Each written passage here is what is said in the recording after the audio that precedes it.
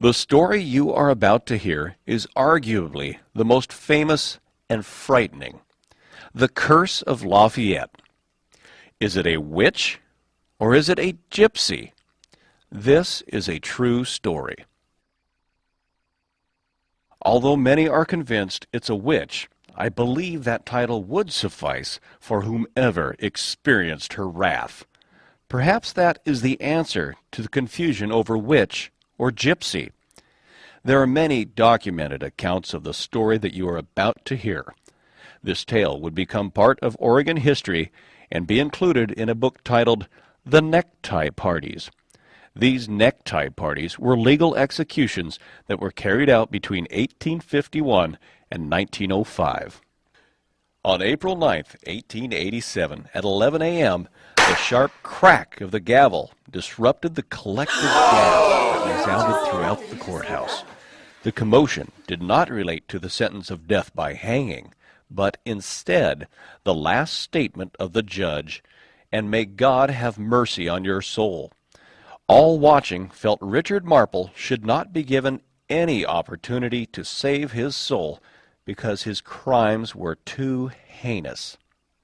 Richard Marple, his wife Julia, and mother Anna had moved to Lafayette little more than a year before. Richard, or Gus as he was known, was not a man who could hold a job or do an honest day's work. He was suspected of a number of robberies that had been committed throughout the county, but with no proof, no arrest could be made. Not well liked or trusted, this family, despite the rumors, maintained residence in Lafayette. His mother Anna was no better. She was smart and conniving, pulling small jobs herself. She was older, but still had her looks, and used them to beguile her unsuspecting victims. In Lafayette there lived a well-respected and well-liked 56-year-old carpenter and shopkeeper. His name was David Corker. He was quite successful, single, and rich. This did not go unnoticed by Anna Marple, who set her sights on Corker. Anna and Corker would soon begin a lurid affair. Anna had set in motion a plan that would soon change everyone's lives forever. This plan would ultimately result in placing Anna and her son Richard in the history and mystery of Oregon, and her story, in some form or another, is still told today. We can't know the date Anna Marple and her son Richard conceived their plan to rob her new conquest, David Corker. Richard and his mother decided that she would give Corker a sleeping powder. Richard thought himself to be knowledgeable in the use of drugs.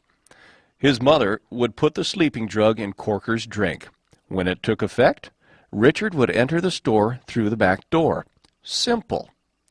All the pieces were in place, and Anna had successfully given the drug to Corker.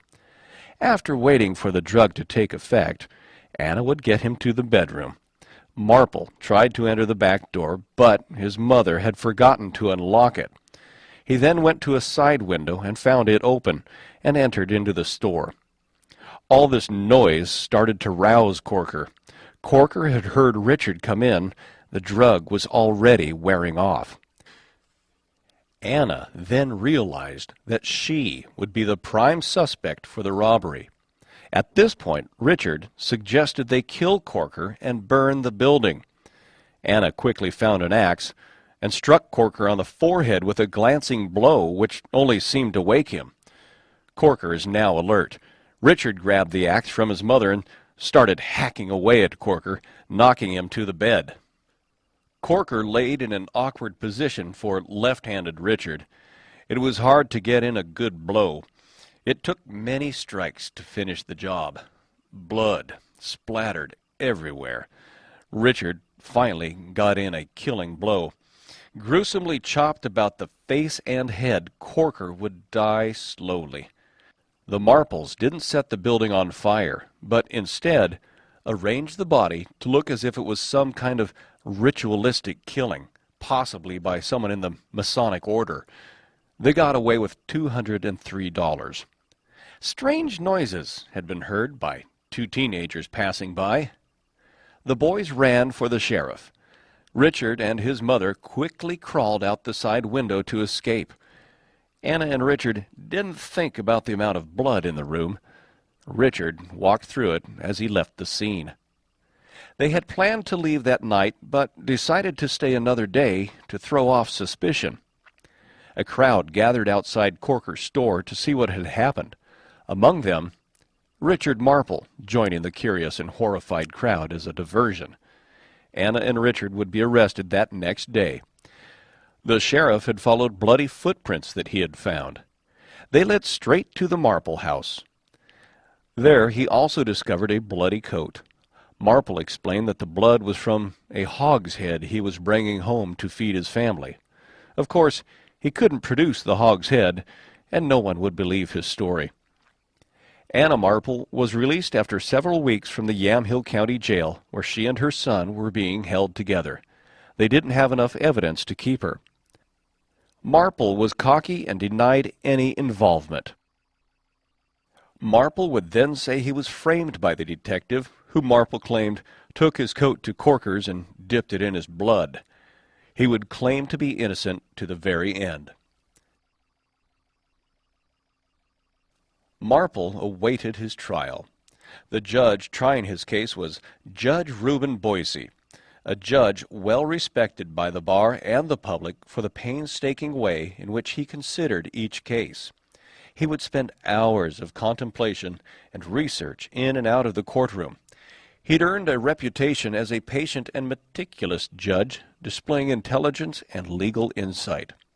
In my research, I came across a story in which the judge had watched 8 men die after he had passed their death sentences. But in all the other accounts I've read, I could find only 2 cases that resulted in death sentences. And Marple makes 3. The day of the sentencing, Marple, being found guilty, would yell at the judge saying, "You are about to sentence an innocent man, and someday you will regret it." Judge Boise pronounced the verdict. It is a sentence of this court that you be taken from hence and confined in a county jail until the 29th day of May, 1887. And upon said day, between the hours of 10 a.m. and 2 p.m., that you be taken from said jail to the place of execution. And in accordance with this judgment, you'll be hanged by the neck until you are dead. And may God have mercy. This court is adjourned. The crack of the gavel resounded in the courtroom. Marple was removed as he angrily professed his innocence yet You again. condemned an innocent man today, Judge, and you're all going to live to regret it. The hanging day. It dawned bright and cold. The town was filled with spectators wanting to see this murderer hanged for his crimes. Marple had a drink of whiskey, laced with opiates, and refused to dress himself in the execution clothes. The sheriff had to do the disagreeable duty.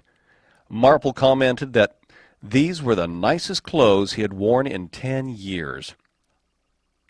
Marple marched from his cell to the scaffolding, passing the waiting coffin. The death warrant was read to the crowd. Marple interrupted, "False as hell." The noose was placed around his neck. In the last few seconds before he was dropped, Marple would turn his head, and the knot in the rope would slip. Instead of a swift death from a broken neck, he was strangled slowly and painfully. Marple would take 18 minutes to die. His wife and mother watched in horror. Falling to her knees in despair as she watched, she then gained some composure and began to curse the people and the town of Lafayette. Her son still gasped for his last breath. You are the murderers. You're all murderers. Oh, I curse you. I curse you all.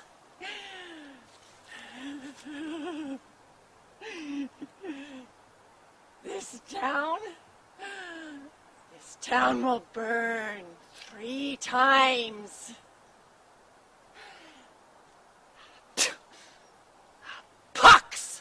on you all.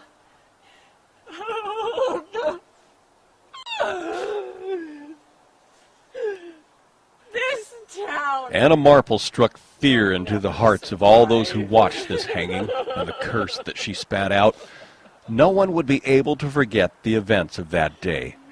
What was to follow will be met with disbelief and become part of the history and mystery of Yamhill County forever, as the Curse of Lafayette continues. You're probably wondering how I can tell you with such detail the story of the murder. Well, Marple's cellmate would tell this story after Marple's hanging. Anna Marple and Julia had already moved from town, not to be found. Anna, who promised Julia half of the stolen money, would never make good on that promise. Julia and her kids would disappear from history. Anna moved from town, but her curse remained. Lafayette would suffer. This once thriving city would soon fall as the curse seemed to take hold. The Yamhill River, that had been a constant source of revenue for Lafayette, started to dry up, creating mishaps for both steamboats and traders. The river would soon become too narrow to navigate. Then smallpox would come, killing an unknown number of residents. There was little doubt Lafayette was losing its stronghold. This created an opportunity for McMinnville to win the vote and capture the county seat. This would happen the year of Marple's execution. In 1890, locks were built in the Yamhill River to help continue water trade. But it would be too little, too late. McMinnville had already acquired the railroad, which made the water lines obsolete. Lafayette was on a downward spiral. The Athens of Oregon was no more. Lafayette would then burn in 1904, destroying nearly all of the city. 19 buildings, including the fire hall, would be left in ashes. Lafayette rebuilt, only to burn again in 1934. From my calculation, either there is one more fire coming, or let's hope Lafayette has dodged a bullet. And the fire 40 years before could be counted as 3. All in all, a massive exodus and fall from power would leave Lafayette struggling to survive. Although Anna had moved away and died elsewhere, her spirit may have come back, perhaps to see her curse unfold. It is believed she is still at the cemetery where her son's unmarked grave lies. Reports of a dark spirit lurking there is widespread. One man told me, as he sat by the road near the cemetery, he saw a dark figure 8 to 10 feet in height. It ran 40 yards from one tree to another. The figure wasn't solid and moved very quickly, like he did to get out of there. I heard a story of a dad taking his little boy, who was scared of ghosts, to the graveyard. He brought friends, chairs, and hot chocolate. They settled in to prove a point. After some blood-curdling screams, the father and friends ran, leaving the young boy with the chairs. Well, that only proved something is out there. A number of people tell me they have experienced the blood-curdling scream that has sent the would-be ghost hunters running into the night. There are also stories of something far more sinister. A horrifying specter that actually causes physical damage by cutting intruders with razor-like fingers. I myself have yet to meet anyone who has experienced harm, but stories, fear, and the belief that something is there are plentiful. The graveyard is a protected historic property. I can't give you an address, but it sits in a quiet area of Lafayette, unsettled to this day by a dark energy that will make itself known to anyone who dares trespass.